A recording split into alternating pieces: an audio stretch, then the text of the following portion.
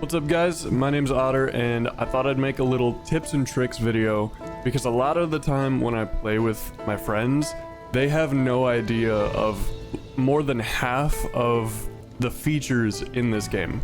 One thing I noticed a lot of people don't know is that every so often you'll log on and it'll reset your settings. So you want to go into this and turn the frame rate limit up. I like to have the field of view all the way up and the camera sway off. That's just me. Brightness being up is definitely nice because you can actually see in the dark sometimes. It's very nice. In your daily quest section, you can actually refresh a quest if you don't like it. So I have this one, kill 10 monsters as priest. I don't like playing priest that much, so I can refresh it. I can't right now because I already used it on a different quest, but you get to refresh your quest once per day. So if you don't like a certain quest, you can just refresh it. Next, at the alchemist, on the second tab here, ore, you can actually refine your green ore into blue ore and your blue ore into purple ore. So when you're trying to upgrade your heirlooms and you're not really finding enough blues or even purples, or if you have a really nice purple and you don't want to scrap it, you can just get a couple blues and turn them into the purple fragments. Next, at your merchant, on the fourth tab, items, you have these things called magic dice.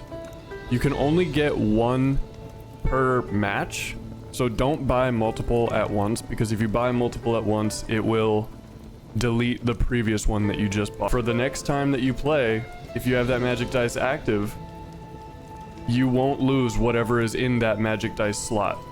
Next, I wanted to talk about set bonuses. A lot of people don't know about set bonuses because they're not super common. Basically, both of these items are the same rarity. They're both purple.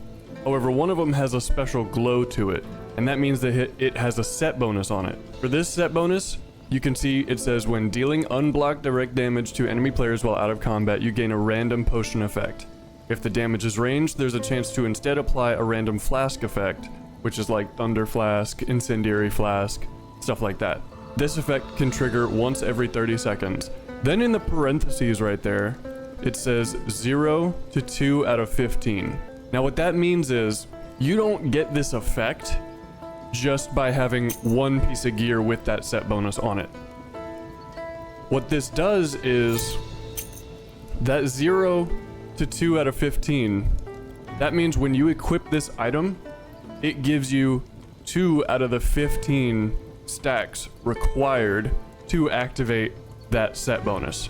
So in order to actually get this set bonus, you need like 3 or 4 other good pieces of gear with that same set bonus in order to get over that 15. This one might be a little bit obvious, but a lot of my friends didn't know about it. The way that the passive abilities work. For every class, you can hover over these passives and see what the requirement is. Activation condition means you need to have stamina 36.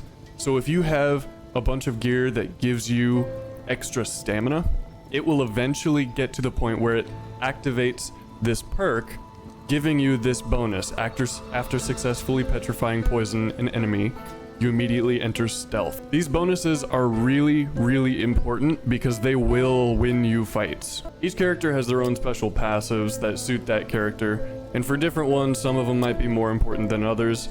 So you really just want to pick what you want. Once you get your mithril order leveled up to level 2, you'll unlock green weapon upgrades.